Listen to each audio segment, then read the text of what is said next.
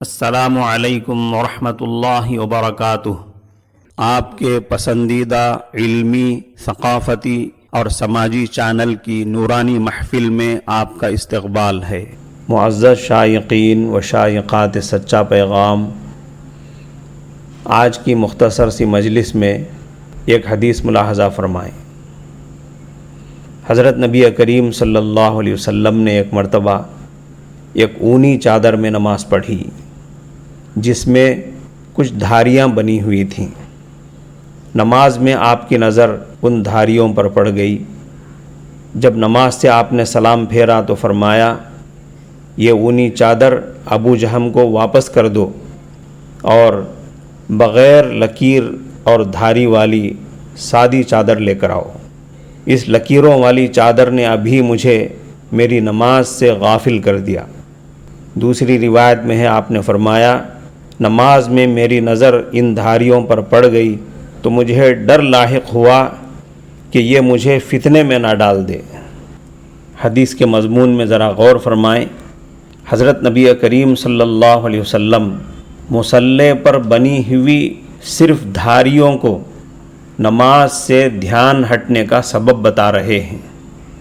جب صرف مصلی کی دھاریاں اور لکیریں نماز کی توجہ ہٹا سکتی ہیں تو آج کل ہمارے درمیان پائے جانے والے اکثر مصلی ایسے ہی ہیں، بالکل بھڑکدار اور پرتکلف نقش و نگار والے مصلی، رنگا رنگ بیل بوٹوں والی جانمازیں۔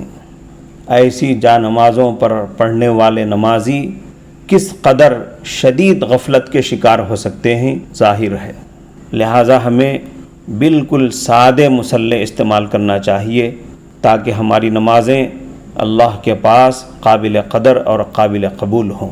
معزز سامعین کرام، جمعہ کے دن خصوصی طور پر غسل کرنا، مسواک کرنا، اچھے کپڑے پہننا، خوشبو لگانا، سورہ کہف کی تلاوت کرنا، قبولیت دعا کی گھڑی کو پانے کی کوشش میں دعا میں زیادہ سے زیادہ وقت لگانا، ایسے تمام آداب کے اہتمام کے ساتھ کثرت سے درود شریف پڑھنے کا اہتمام فرمائیں۔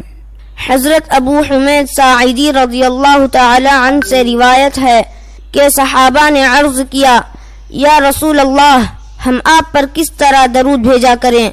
آپ صلی اللہ علیہ وسلم نے ارشاد فرمایا، یوں کہا کرو، ایک بار میرے ساتھ پڑھیے، بسم اللہ الرحمن الرحیم، اللہم صلی علی محمد وازواجہ وذریتہ کما صلیت علی آل ابراہیم وبارک علی محمد وازواجہ وذریتہ کما بارکت علی آل ابراہیم انک حمید مجید۔ اللہ تعالی ہمیں خصوصاً جمعہ کے دن کثرت سے درود شریف پڑھنے کی توفیق عطا فرمائے۔ السلام علیکم ورحمۃ اللہ وبرکاتہ۔ اللہم صلی علی سیدنا و مولانا محمد، اللہم صلی علی سیدنا و مولانا محمد۔